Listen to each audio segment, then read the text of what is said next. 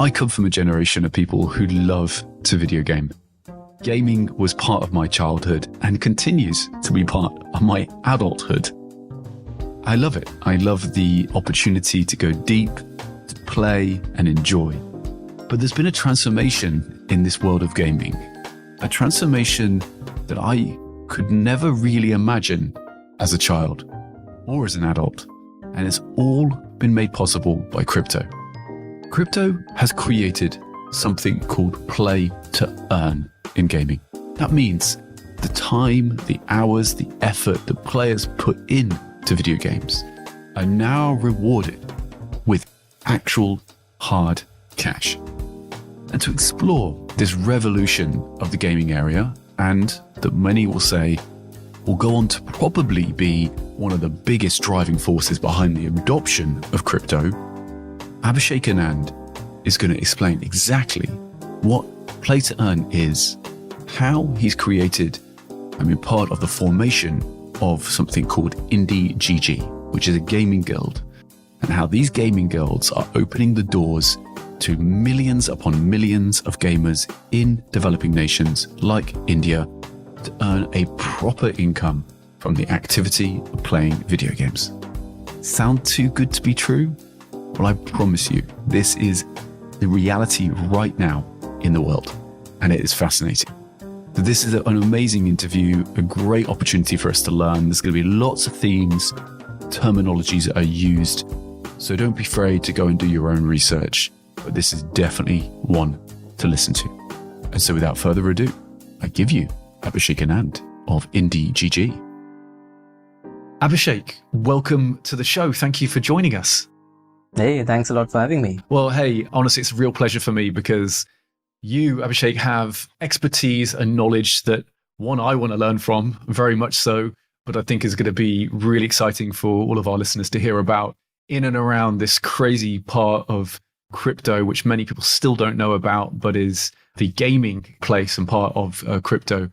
And so what I was hoping today we're going to be able to do together is explore, I suppose, the innovation, the development of play to earn or play and earn, the development of NFT assets as ownable assets and tradable and exchangeable assets, the growth of gaming, particularly in your home country of India, and explaining like really a really functional and like pivotal component of the utility of Web3, blockchain, and all of those components. So yeah, not much to do there in this hour, but if our listeners and guests stay with us, then I'm sure they're going to learn a hell of a lot from you.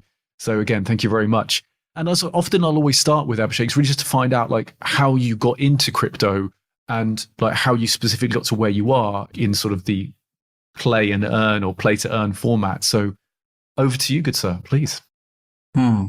So it's sort of a wild journey, from where I started. I think crypto happened didn't really happen by choice. It happened by, it just randomly me probably sifting through one of Naval's podcasts, where he sort of very strongly harped about Bitcoin, which got me into the rabbit hole. And this is sometime back in 2019. So I've been obviously listening about Bitcoin, Ethereum, back in college days, always ignored. But 2019, sort of end of the year is 2019, 2020 end of the year is when, I started entering into the space.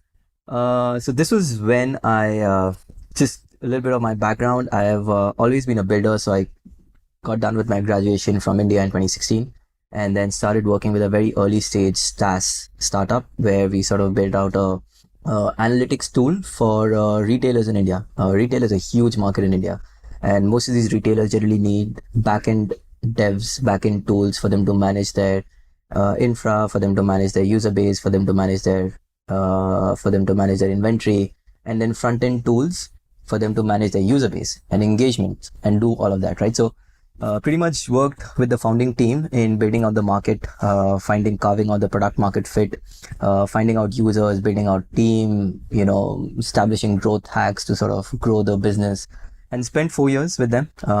Ewards is the name of the tool. And this is firmly in the Web 2, what we would kind of characterize as being Web 2, traditional, kind of e-commerce solutions. Yeah. So this is the traditional SaaS Web2 model where we worked on a subscription model. We charged upfront payment for users to use our tool. No tokens, no chain, everything stored on AWS servers. Everything's Web2 standard. But yeah, I mean, I think 3.5, 4 years down the line, we pretty much grew the business from zero, literally zero revenues when I joined, to in 2020, we sort of touched, I think, anything between 350K to 400K annual recurring revenue in roughly 3 to 4 years, built out multiple product suites, built out a huge team of 50, 60 people. But yeah, I mean, after 4 years, I think the sense of doing something bigger, sense of doing something sort of which creates a bigger impact in the society sort of started sifting in, which is when I started reading up more about the Web3 and the crypto space.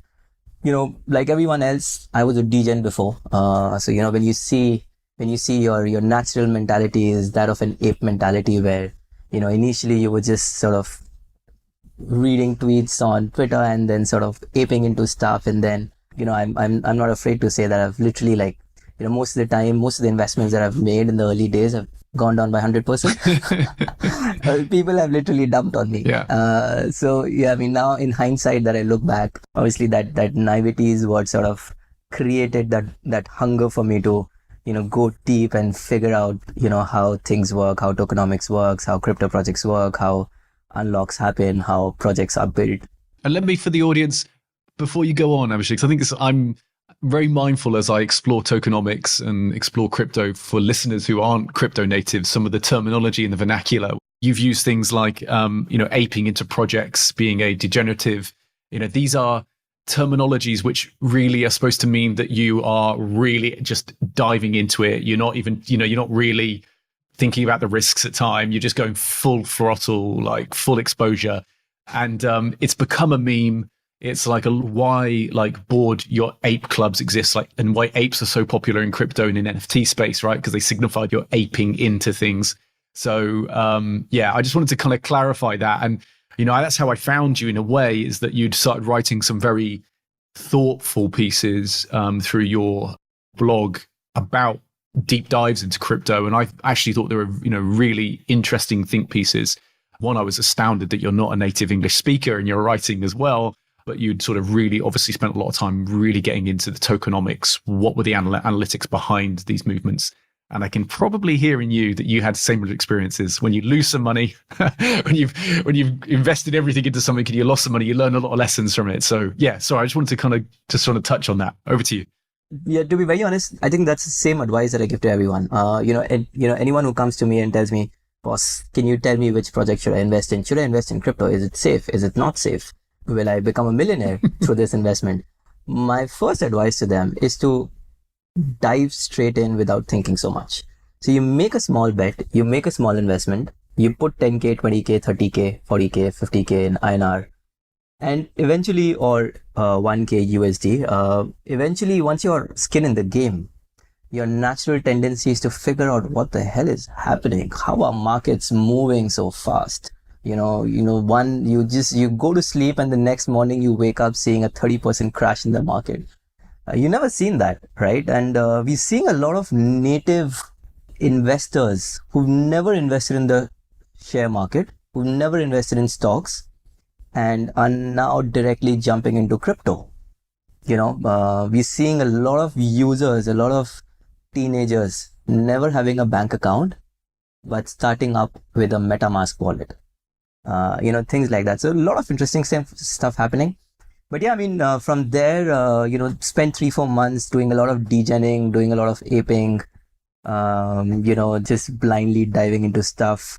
And I thought this was it. This was my ticket to victory, and I quit. And also because, I started reading a lot of philosophy around how the crypto movement sort of shaped up over the last 10 years.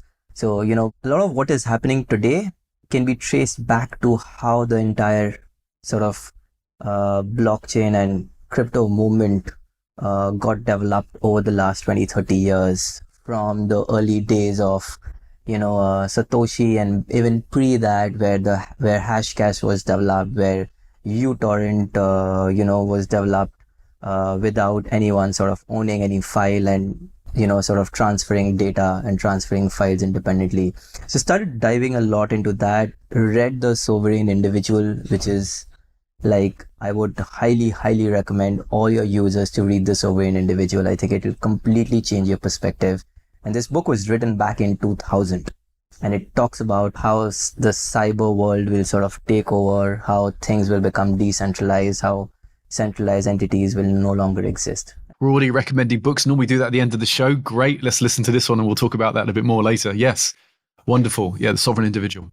Yeah. And then, once I quit, obviously, was sort of jobless, didn't have any sort of alternative, just had a runway, I think I had a 3-month runway. That's it, to figure out what I had to do.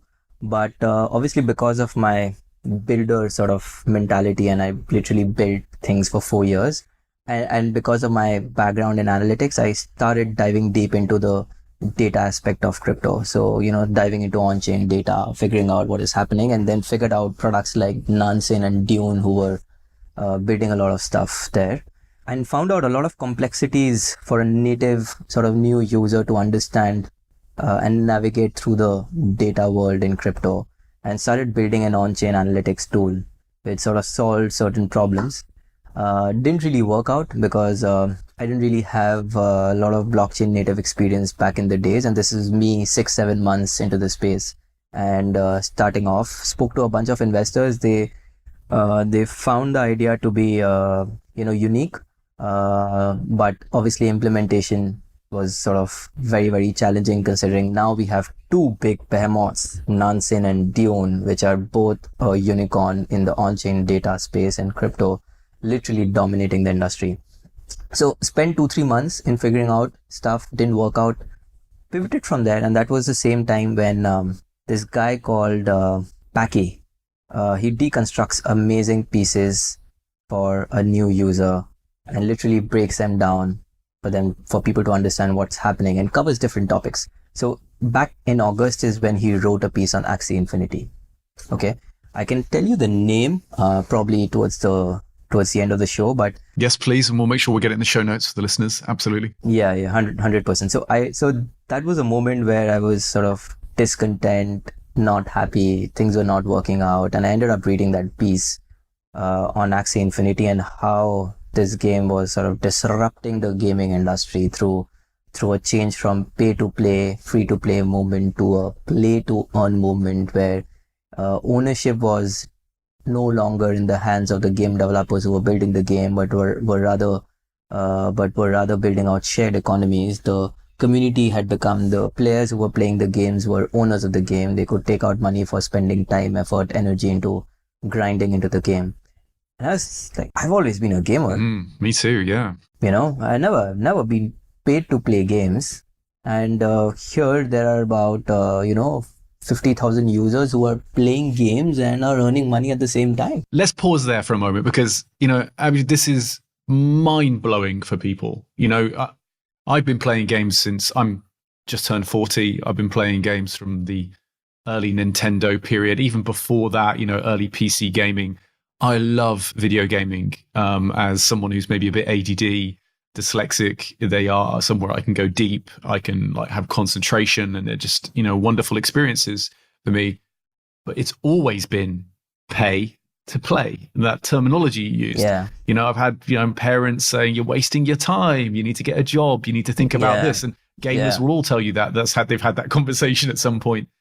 And there is a moment where someone says, like you have just said, that you can get paid to play. I mean, they call it play and earn, right? The terminology play and earn, or play to earn, play and earn. I'm thinking is the next topic, and we'll come to that in a moment. But that's really important for people to understand. And you just said it, the players own the game as well. It's not like you're playing for EA or Nintendo or whoever who own the game and own everything to do with it. Yeah. So players just pick that up. And so you had this moment where you discovered, I can actually make a living.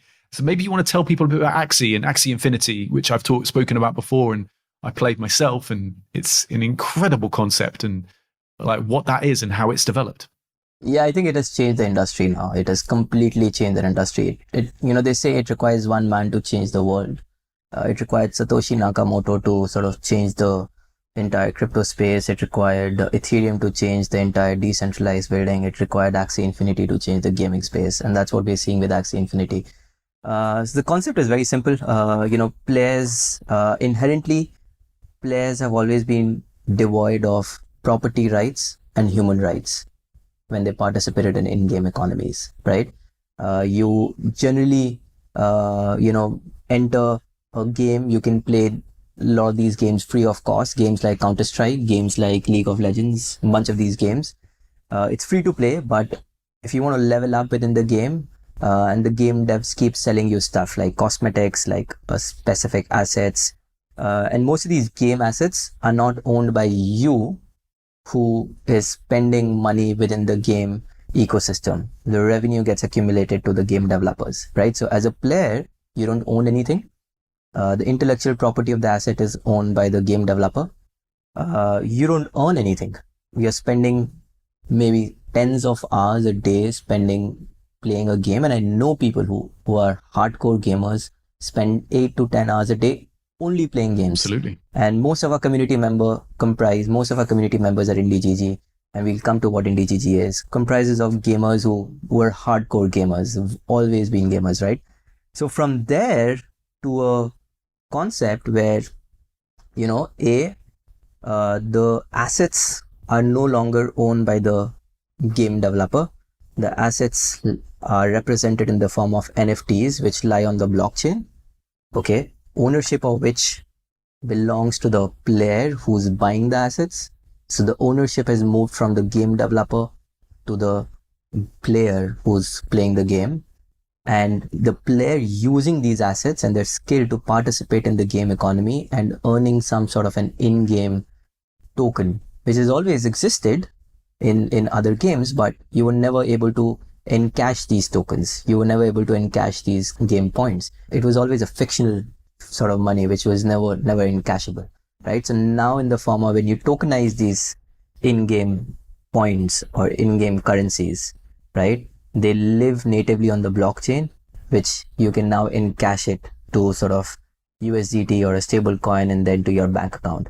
So that entire concept of, as a user, me getting property rights, which is me owning a certain piece in the game, me getting human right, which is me getting paid for spending time, effort, energy, and creating that network effect for that game. Yeah. Right? So if I don't play the game and if you don't play the game will not be able to build out that network effect. And the same concept applies to what Facebook did, right? So it's a very similar concept. So players contribute to the network effect of the game.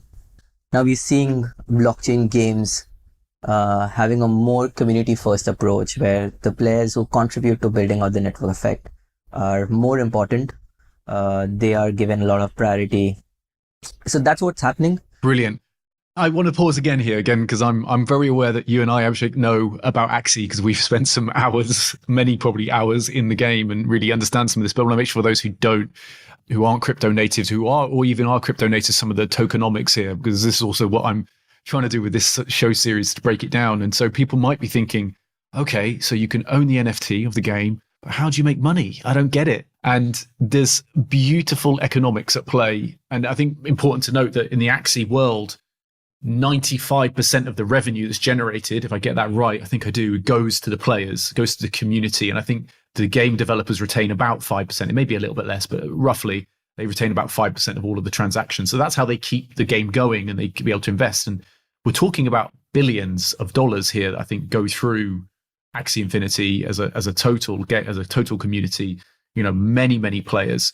But maybe you could just explain, as you detail or as quickly as you like, about how Axie works to keep players on, and then specifically then your role, because you've gone from being a gamer, you went from being a gamer to being a manager, right? And that was a very interesting development. And maybe we can explain a bit about that. Yeah, over to you, good sir.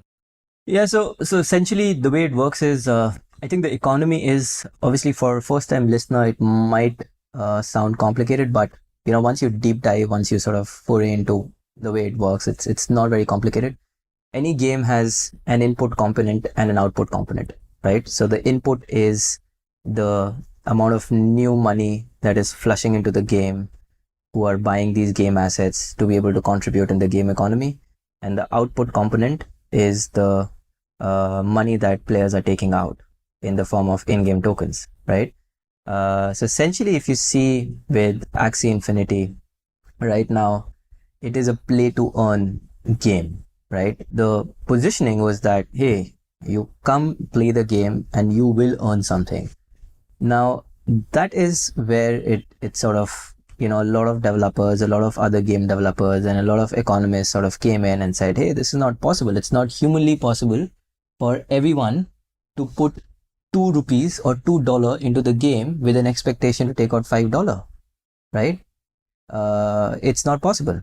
So essentially, the way we are seeing this is now we're seeing this movement from where Axie Infinity is moving from a play to earn game to a play and earn game, where the earning component is becoming secondary and not primary. The primary component is where you play the game, you enjoy playing the game, and if you play well, if you have the requisite skills, if you have the necessary skills, then you will also earn, but earning is not the primary focus. So now what happens is there are a lot of people who invest $5 into the game, but some make $2, some make $6, some make $10. It's a function of how skilled you are as a player. Like me, you lose all of your money, but that's okay. Yeah, and like me too, because I am a terrible Axie player. I mean, I learn so much. I learn a lot from our scholars and from the community at large, right? So this movement is what we are seeing happening now, and this is still yet to play out. If I speak of the broader gaming ecosystem, I think Axie Infinity, there are about 1.5 million odd Web3 players who, and this is in terms of daily active users. So 1.5 million players playing Web3 games every single day. Now, if you look at the broader market, there are 3 billion gamers who play Web2 games globally. And Web3 games, there are only 1.5 million players. So that shift is what we've seen so far is just the tip of the iceberg. Okay. We've not even seen AAA games who are starting to build out in this space. So, we speak to a lot of developers every day. We do a lot of investments in early stage games. We buy out assets. We do a bunch of things.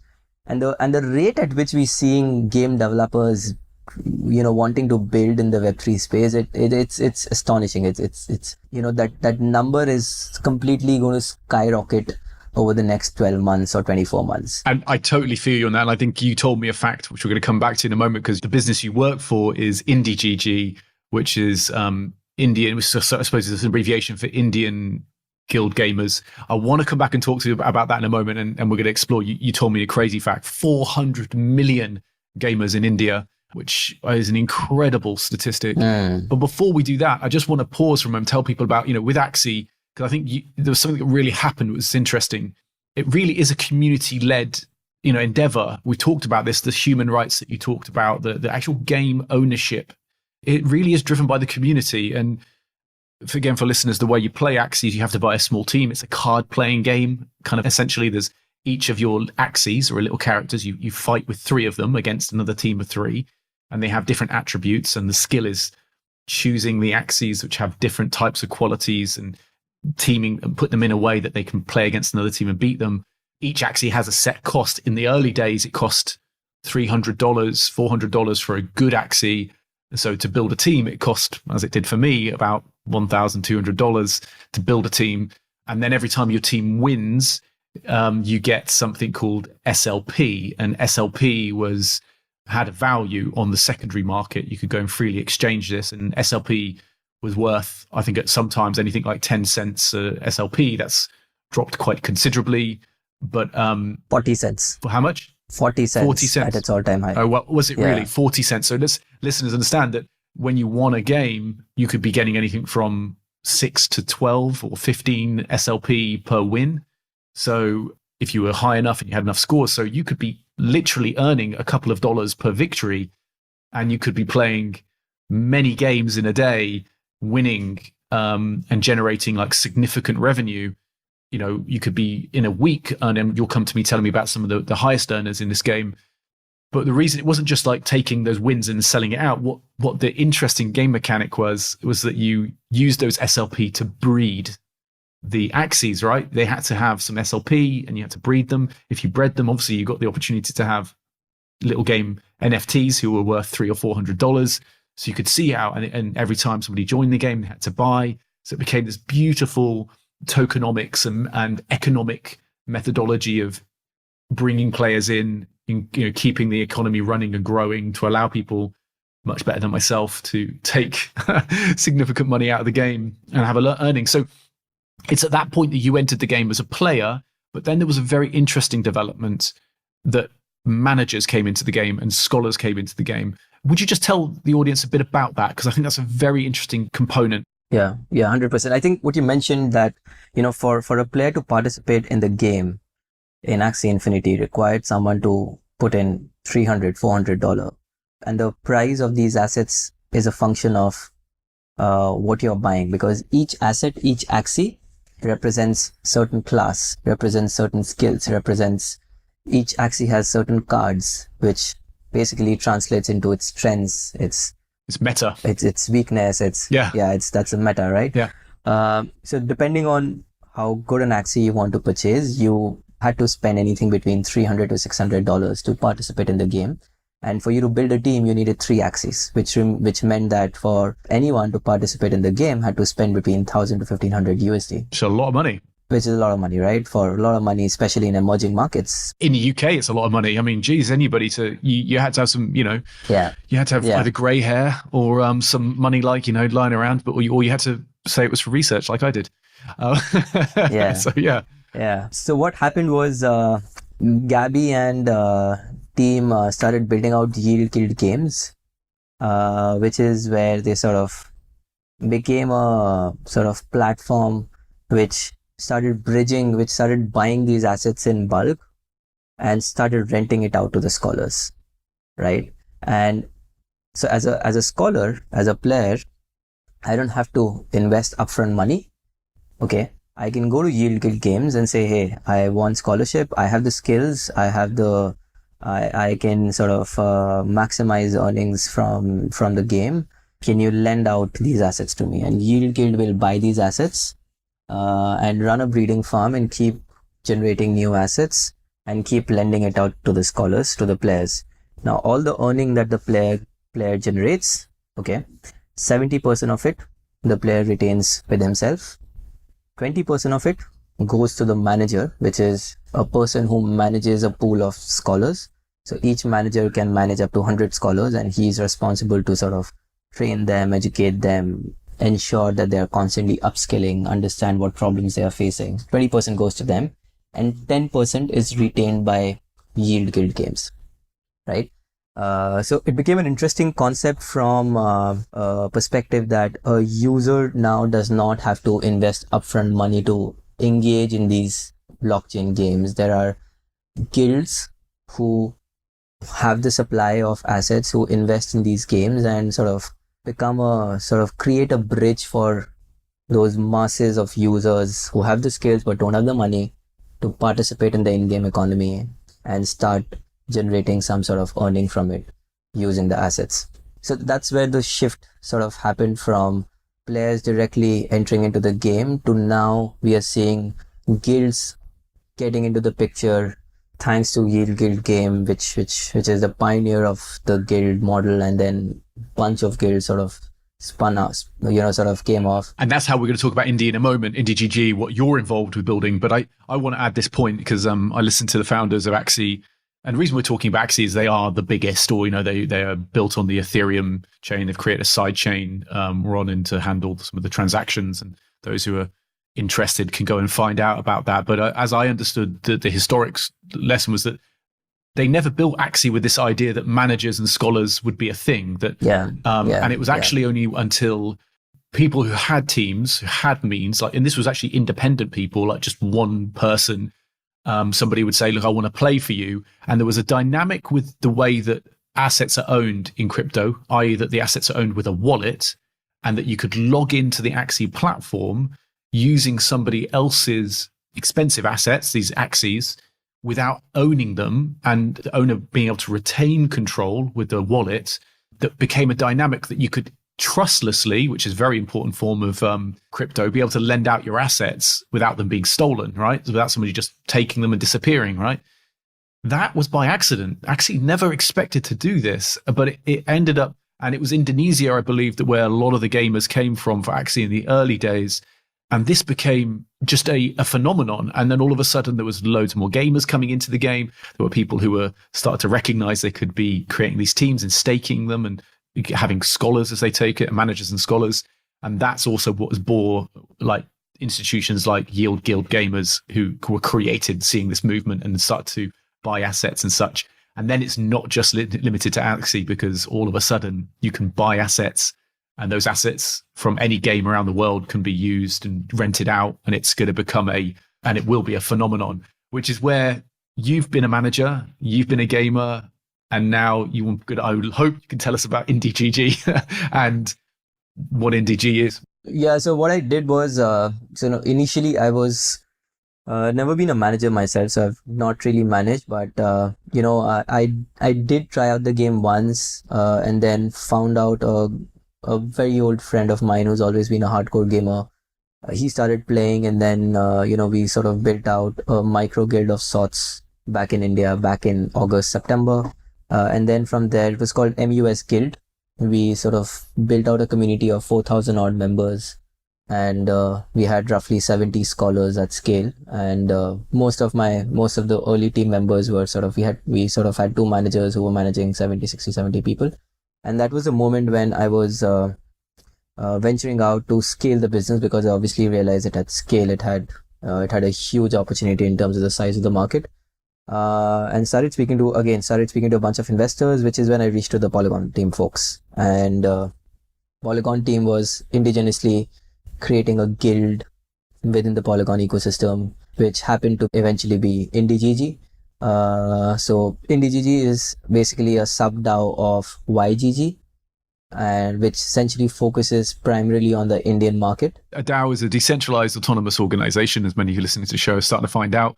And it's basically a sub-DAO of the main decentralized autonomous organization, which is YGG. Correct. Yeah. So YGG is a parent DAO, and it has multiple sub-DAOs as of now.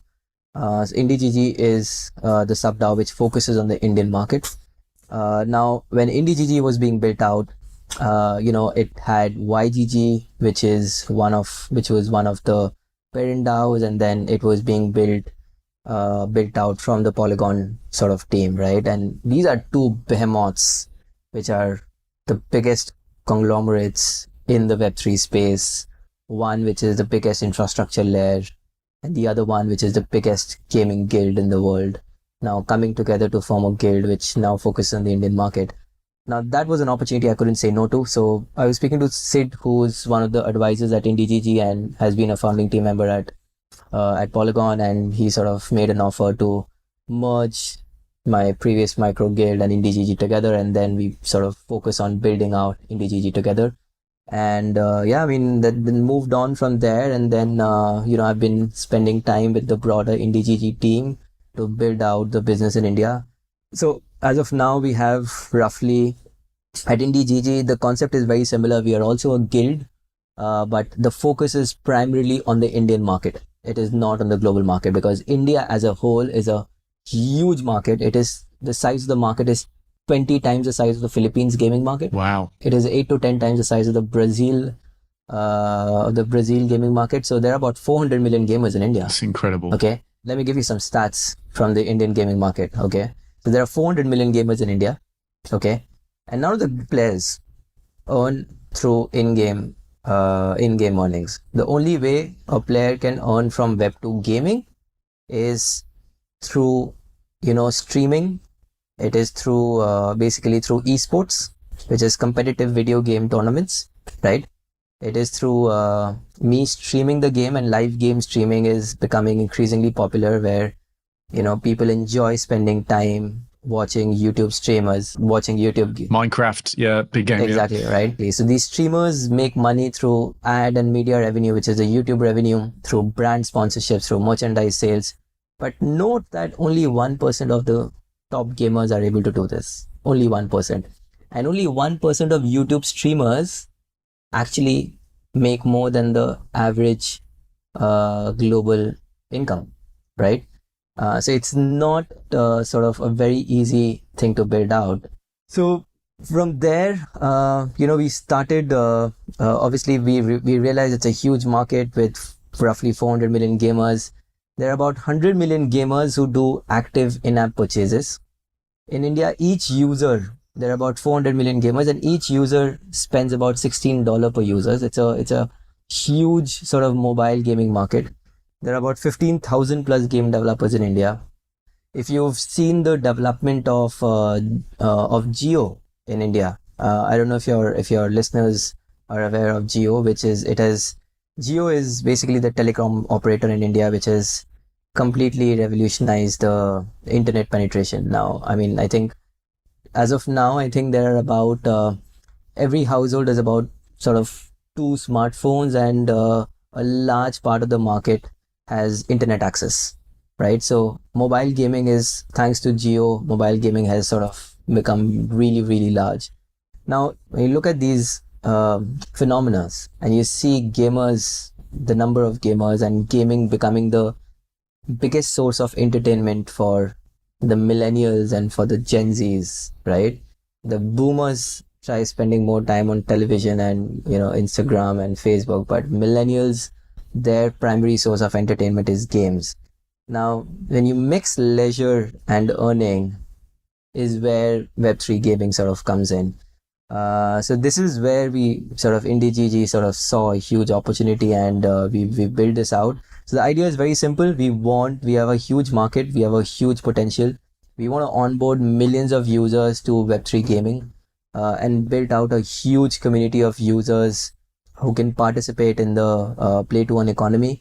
We want to uplift lives of multiple gamers who have always been devoid of, like we discussed, property rights and human rights. We want to enable them. We want to create more blockchain education for them. So there's a lot of boot camps happening. There's a lot of things happening. We are educating a lot of users to become content creators. So, these users who are playing Web3 games, earning their really good games, they're eventually also streaming content and becoming great content creators. And we're tying up with leading streaming platforms in India to sponsor some of the best Web3 streamers from our community. We are promoting a lot of game developers, and, we're getting a lot of game players to level up and eventually become the best esports players who are competing at a global scale, and and are sort of turn this into a profession. I think it's a huge potential. Yeah, and on this potential, Abhishek, I'm sorry, I want to stop here for a moment, because I think flippantly earlier on I said I lost all my money, and actually it's not true. I didn't. I think I actually looked at my monthly return. I invested about $1,200. I made $150 in SLP back within probably a month and a half. So I was thinking actually a 10% return on my investment within a month, and I was doing something I was enjoying. I was generally spending some of my leisure time playing these games and was having fun doing it. I thought a 10% return in 1 month, that's a annualized return rate of, if I was doing it month on month, would have been 100 odd percent. I mean, that's amazing. 120% return on your asset.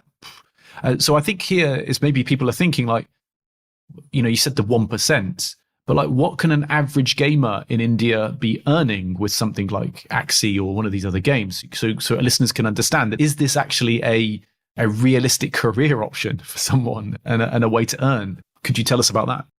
100%. So there are multiple ways in which you can earn now. Earlier, like we mentioned, the only way to earn was either esports or streaming, right? Now there are multiple sources of income for a gamer. Obviously, if I'm a below average player, I can earn anything around the minimal wage from just participating in the in-game economy. If I'm an average player, again, and all of this is based on my skills. It's a very skill-based game. And how much time you put in, right? Yeah, exactly. Anything between 4 to 5 hours is what I generally put in. Any gamer generally puts in, right? So a day, right? You're talking about 4 or 5 hours a day. Yeah, per day. A day, right? So a lot of people either play as a form of primary income, and they spend 5 to 10 hours, 3 to 4 hours, depending on what they do, depending on games they play, streaming they do, participate in other tournaments. It largely depends on the goal of the gamer, whether they want to resort to gaming as a full-time profession or they want to simply use gaming as a supplemental income. Right? So, and we're seeing this playing out, if you look at the income disparity in India, right? If I break down the overall sort of income into 5 slabs, the lowest 20% slab makes an annual income of $1,000. That's it. And we're talking about an annual income. The second lowest slab makes an annual income of $2,000. The third lowest slab makes an annual income of $3,000. The fourth lowest slab makes an annual income of $5,000, and so on and so forth, right? Now, when you give those people an opportunity to spend 3-4 hours a day, use their skills, build it up, and earn some sort of a supplemental income, the income varies from game to game. We're talking about Axie Infinity right now, but the earnings from Axie Infinity has largely gone down because the economy has sort of crashed, because there are a lot of value extractors. People were trying to extract more from the game than contribute to the game. The game was largely dependent on growth of new users. So the SLP withdrawal rate the emission was much higher than the demand. But we're seeing a lot of new games like Pagaxi, we're seeing a lot of new games like Cyball, we're seeing a lot of at least 10 games that are launching in the next 1-2 months, right? And most of these games will have different earning streams, anything between $50, $100 a month to maybe up to $1,000. Again, so it largely depends on the user, how skilled they are, what their goals are, whether they want to turn into a full-time gamer, do they want to turn into a part-time gamer, do they just want to play games to supplement their income, do they want to, leverage the platform that we've built out to eventually become a gaming esports, a professional gamer, turn into esports, start streaming, get sponsored by these streaming engines to create content every day. Again, I mean, the opportunities for gamers with Web3 gaming, the sources of earning for a gamer through Web3 gaming opens up in multiple directions, which was very, very limited with Web2 gaming. So let's pause again here. So this is important. So of course, with any job, your ability to earn is often tied to your skill and your capability and your talent, which is dependent upon your motivation, is dependent on the training that you receive, is dependent on the amount of time that you put into said activity. I've talked at length on my show about how I define talent, but you've sort of just kind of characterized a couple of potential earning levels. So it can be anything from being a nice side gig where you can earn, $50, $100 a month as a player, which is really nice supplemental income to maybe a normal job that you're doing, or maybe you're studying at the same time. That could be a really helpful contribution to your family. But then of course you can go up quite considerably, and as you've just highlighted, maybe earning like $1,000 a month in some of these games. And I think there are also gamers who earn far in excess of that. I mean, certainly in the early days of Axie, there were people becoming millionaires playing Axie as well. So you've been very conservative in some of the estimates that you've talked about, probably because of some of the splits, but there are certainly stories of the percentage of people some percentage of people who have done very, very well out of these games. And Axie, as we talk right now, are trying to think about the macroeconomics of their game and how they can kind of rebalance the game. And there's always, as with any new economy, challenges which arise. And I think that's what we're also seeing. Like, as you become a pioneer, you also face the first headwinds and the first failures. And then there'll be all these games that follow that hopefully will be able to, benefit. And so this is a genuine potential career for someone now. Yeah, 100%. And do you think in India, gaming will be seen as a not just a viable career, but a worthwhile career for young Indians to take up? What are your thoughts about that? Because I'm sure there'll still be mums and dads saying, become an engineer, become a doctor, become a teacher. But gaming is also important. Yeah, that's a challenging hurdle to cross. It's not easy, obviously, because it's a very, it's not a safe path because it's developing into a new profession. And from a parenting point of view, obviously parents are, they want to choose the safest path for their kids, right? When we've seen historically doctors, engineers, medical professionals, they end up becoming into big players. But the whole content creator industry, the whole gaming industry is a very nascent industry. So we'll see some time before, we'll see a lot of examples, a lot of inspirational figures. And we're doing a lot of this. We're creating stories around lives that have been changed, that we've changed lives of, for gamers who were earlier completely directionless and headless about what they wanted to do in life. They didn't know what to do. So a bunch of guys I know were wanting to be delivery boys, Swiggy delivery boys and Zomato delivery boys. And now that guy is a full-time gamer. He's one of our managers. He's managing 100 odd people. Now these stories is what sort of changes the game. When parents see that, hey, a guy from not a very sort of traditional educational background is now working one of the biggest Web3 gaming companies, is changing lives of people, is earning a considerable amount of money, is sort of becoming an investor, is thinking of savings for the future of the family, is creating content, is influencing so many people, is making an impact in so many people. I think the perspectives will gradually change, but I think it will take some time for that to play out.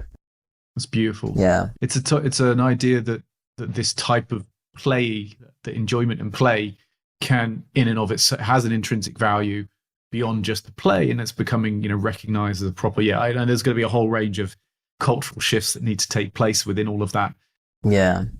Your own experience though with that, because I think when we connected before, like, you didn't go down a traditional educational route, right? You probably face some of the own hurdles in coming into what you've done, but it speaks to me about what I think Web3 is about, crypto is about forging your own path, forging your own choices, and being able to be responsible for yourself and not have to rely on institutions and major institutions as such to allow you to make the decisions you want. Maybe a moment you'll touch on your own journey there, because you didn't, but I think maybe we should tell the audience a bit about like Polygon and come back to that, because they may be thinking like, yeah, but Will, is this really serious? Like, who's Polygon? Or I've kind of heard of Polygon as a layer 2 to Ethereum, but like, are they really serious about YGG? And I think we should probably tell them about like how much money is coming into this space and what Polygon studios are. And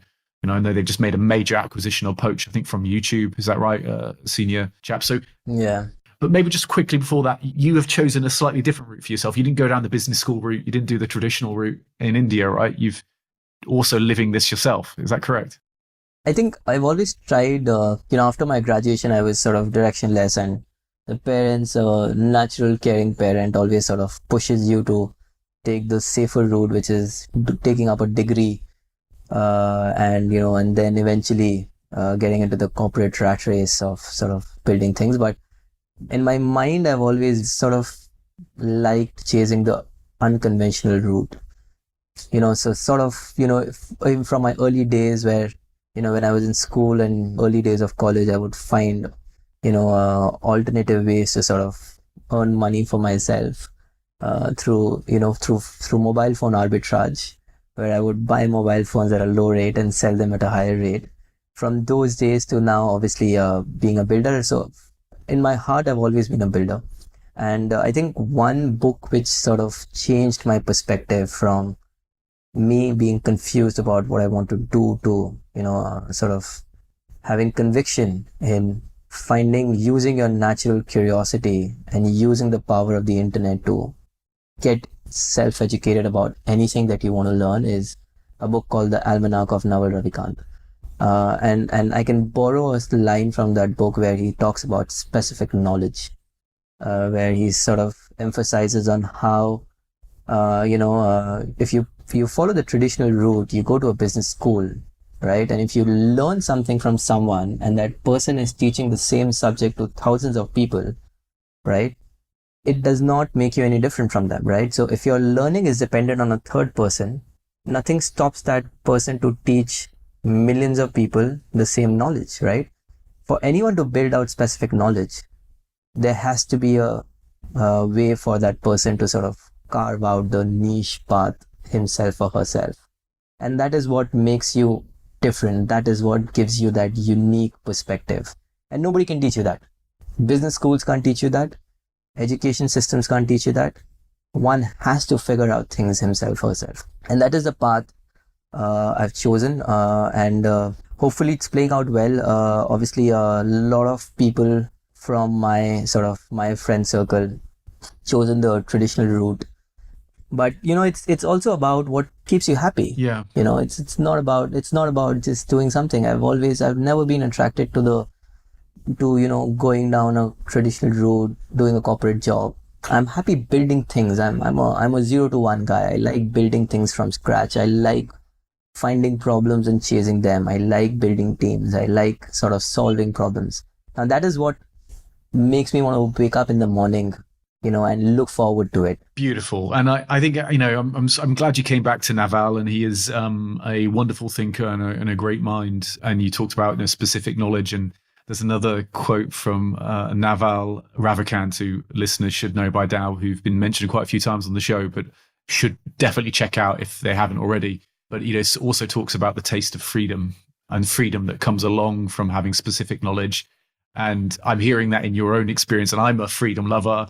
But like this knowledge, this ability to learn and find specific knowledge has never been available to the extent it is now, with the internet and the data and the sheer volume of opportunity for learning and gathering specific knowledge and then applying it in a way that is permissionless, that is decentralized, that is only dependent on an internet connection. And I think it's a beautiful way to think about knowledge and the accumulation of knowledge and specific knowledge to acquire freedom and to acquire like a leveling up. And I think it's beautiful that's how you've kind of these teachers that you can find. Yeah, and there's and I can remember a line where he says that learning is not scarce, it's the intent to learn which is becoming scarce, right? So anyone has the desire, everyone has the potential and the willingness to learn. All you need is an internet and an internet-ready device. And we're seeing that playing out. We're seeing that playing out in India, where people who've not even gone to a basic schooling system are some of the biggest influencers on YouTube and are making millions of dollars a year, all because of their natural curiosity. So I urge all the listeners to sort of awaken the natural curiosity to go into deep rabbit holes, find out answers yourself, and not look for an end destination. Sort of consume that blue pill and take the unconventional route and let your destiny open up new doors for you. Beautiful. You're preaching to the choir here, brother. Certainly, I think my life and the reason I find these topics so incredibly interesting is because there is so much newness, there is so much innovation, there's so much exploration to have happen. And to your same point, and that's why I'm bringing these series together, like my own exploration of gaming and NFTs and DeFi, and it's because Web3 and crypto is a new frontier, and there is so much ways that it can be applied that are yet to be applied. People who think we're finished is not finished. Like you said, like let's talk about this now. Like the AAA games, and AAA games mean like significant, like high investment games in the blockchain space are just coming out. I mean, one of the ones I'm waiting for is Star Atlas on Solana, which is a AAA game. Tens of millions of investment. It's going to be a massive metaverse ecosystem built with top-end graphics. It's going to be very, very exciting. And let's talk about Polygon, because Polygon Studios, maybe to run us through some of the numbers. They put quite a few million into IndiGG, as I understand, but also some significant poaching has gone on already. So yeah, tell us about like how serious this all is for those listening. Just to give you some perspective in terms of numbers, and I think I put out a LinkedIn post a few days back where I sort of put out monthly active users of all the chains, right? And in terms of monthly active users, you see, Polygon has always been very, very underappreciated platform. I have immense respect for builders who build things out of thin air. And Sandeep and team, Jayanti, Sandeep and everyone, They started out of a 2 BHK house in Mumbai from nothing. Okay. And now it is one of the leading layer 2 solutions for Ethereum and becoming the de facto platform for developers to build and launch in the Web3 space. So essentially the model for Polygon is very simple. They want to create an AWS suite of solution for Web3 developers. And a large part of it is sort of being spent into onboarding a lot of big AAA games on the Polygon Studio. So a lot of early stage investments, a lot of early stage partnerships have been made.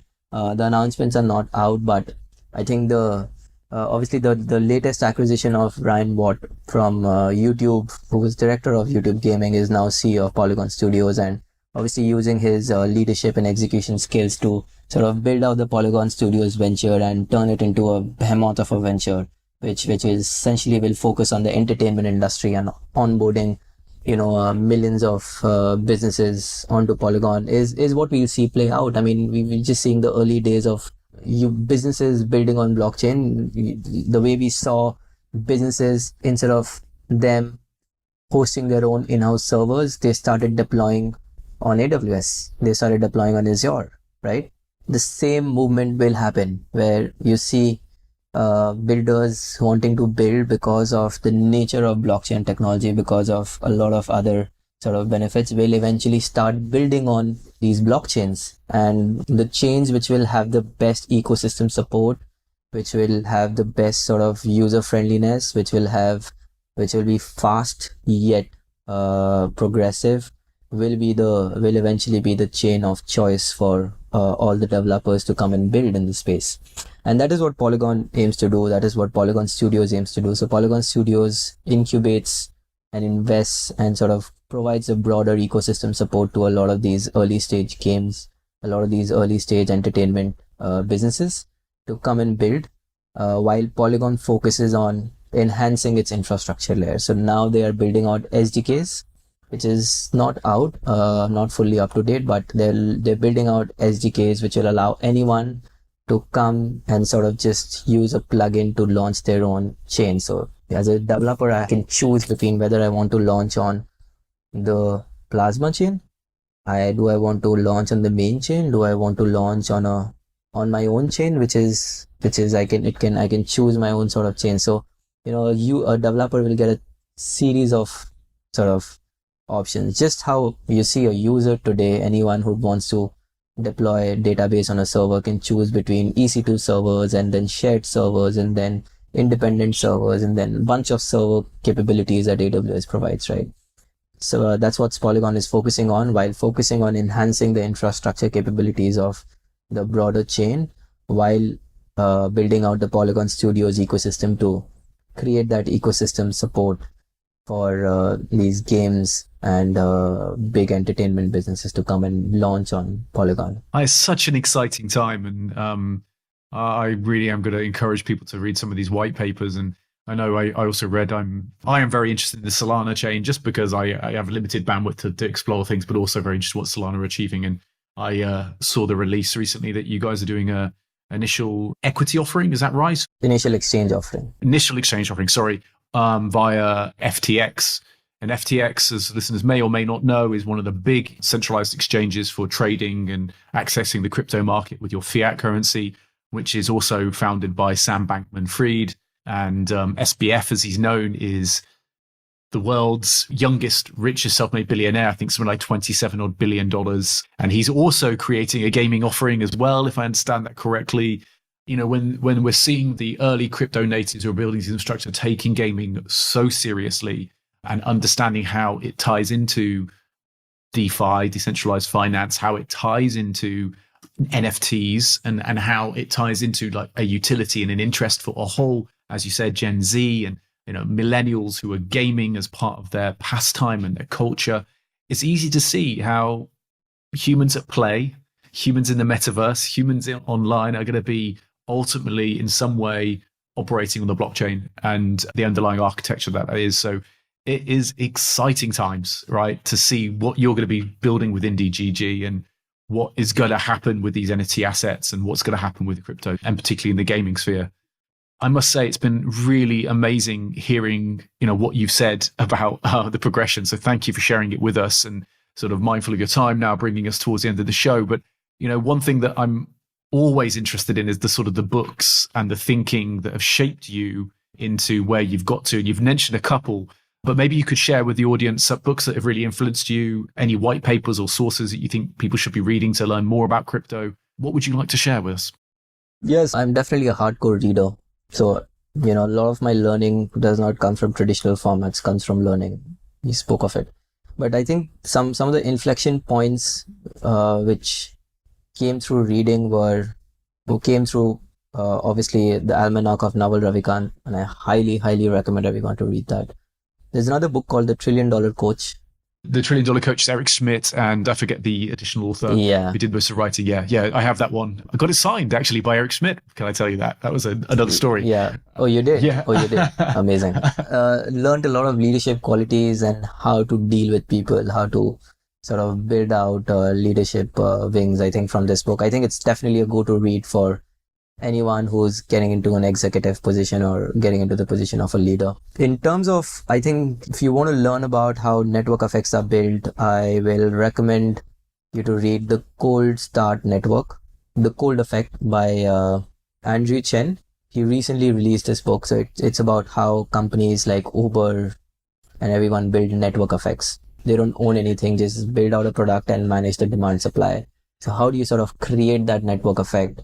How do you manage that network effect? How you build out that network effect? So if you're interested in that, read The Network Effect by Andrew Chen. If you want to start diving into the crypto space, I will recommend you to read first The Sovereign Individual. It is a slightly heavy book. So if you can manage to read it, nothing like it. If you can't, then maybe directly jump to The Infinite Machine, which is a book on the story of Ethereum. And it's basically a story of how the founder of Ethereum, Vitalik Buterin, was, back in the days, used to write blogs on the Bitcoin blogging channel, and then eventually, got a job at a company which went out to build Ethereum. It's a great, great, great book on how, he sort of had the vision to create an infrastructure layer for anyone to come and build on top of. And if you want to get up to speed with what's happening in the space, then I think I'll recommend, if you want to learn about DeFi, then pick up this book called this How to DeFi by CoinGecko. It's a great book, and there are two versions of it, How to DeFi 1 and How to DeFi 2. Read both the books. If you want to get up to speed with what has happened in 2021, read The Crypto Thesis by Messari. So it's a 150-page sort of update on what has happened in 2021 and covers all the different topics like GameFi and DeFi and what does Luna do and what does Solana do and everything.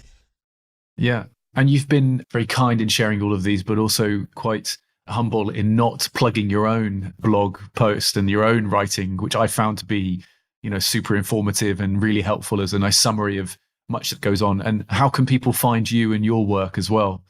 Yeah, so listeners can connect with me on LinkedIn. My name is Abhishek Anand, Abhishek, space Anand. I'm very active on LinkedIn and Twitter. And I also try to take out time to write blogs and sort of share my learnings from the space. So, I can sort of create a broader ecosystem and help out more people to, learn more about the crypto space. My blog, it's on Substack, but if you want to find my blog, you can go to my LinkedIn page and find out my blog. It's sort of star marked on LinkedIn, or you can go to my Twitter profile and you can find the blog in the headings. I think people should. It's a really enjoyable read, and there's some really interesting information on there and analysis that you do to summarize into, maybe 1,000+ words of some of the things that you're reading about. So it's a nice, easy way to dive into some of this and start the rabbit hole. And there's some of those books you've suggested, I think, are a fantastic, and papers are a fantastic place to start, definitely. You mentioned somebody at the very beginning of the show who you said summarized Axie for you as an important person who summarized the game. Oh yeah, Packy is the name of the guy, Packy McCormick. So his blog is called notboring.co, notboring.co. highly recommend. Yeah, highly recommend subscribing to that blog. Also, highly recommend subscribing to a lot of, like I said, a lot of my reading comes from blogs and not just books. So I think in terms of blogs, I think I definitely recommend Packy's blog. I definitely recommend subscribing to Bankless. I highly recommend subscribing to The Generalist, which is another blog written by Mario Gabriel, if I'm pronouncing the name right. And these are long form theses. These are not blogs, but they literally break down stuff into 4,000, 5,000 words and sort of bring their wisdom and sort of to the layman. So yeah, I think these are few blogs I definitely recommend one should subscribe to. So there's enough there to keep any crypto beginner busy for a very long time. And I know I've shared some others in my other shows as well, but maybe I'd also add to that list the one of Balazs Srinivas, which is 1729.com, 1729.com. As certainly a crypto maximalist and some very interesting thinking. There's actually there's actually a very interesting thing happening with 1729. 1729 is trying to create a network state, and I'm a early member. Like I'm a part of the founding sort of team member of the 1729 network. Oh, wow. Okay. Where Balaji takes weekly lectures on different topics such as how to build out the network state. And most of these lectures are taken in a VR sort of setting, which Balaji and team are building out indigenously. So we are sort of the early testers of that network group. I had noticed this really. It's sort of changed a little bit. So this network state, I've heard talking about this idea of creating, and people sort of go and read, the idea and concept around it. It's definitely crypto maximalist, this idea of creating and buying land and, creating an integrated community. It's pretty far out. It's pretty crazy, but I mean, he's an incredible mind and can't, in some ways, I wouldn't necessarily bet against him. And so you're part of that community as well and meeting in VR. So maybe you're going to have to send me a link to that because I've just bought some VR gear to be able to explore some of this stuff. So and we'll put a link in for the real degens out there. Well, again, bless you, Abhishek, for sharing all of your knowledge and expertise with us. And there's much more that you can explore. I'd like to say, again, a massive thank you. And we'll see you soon. Thanks a lot for having me.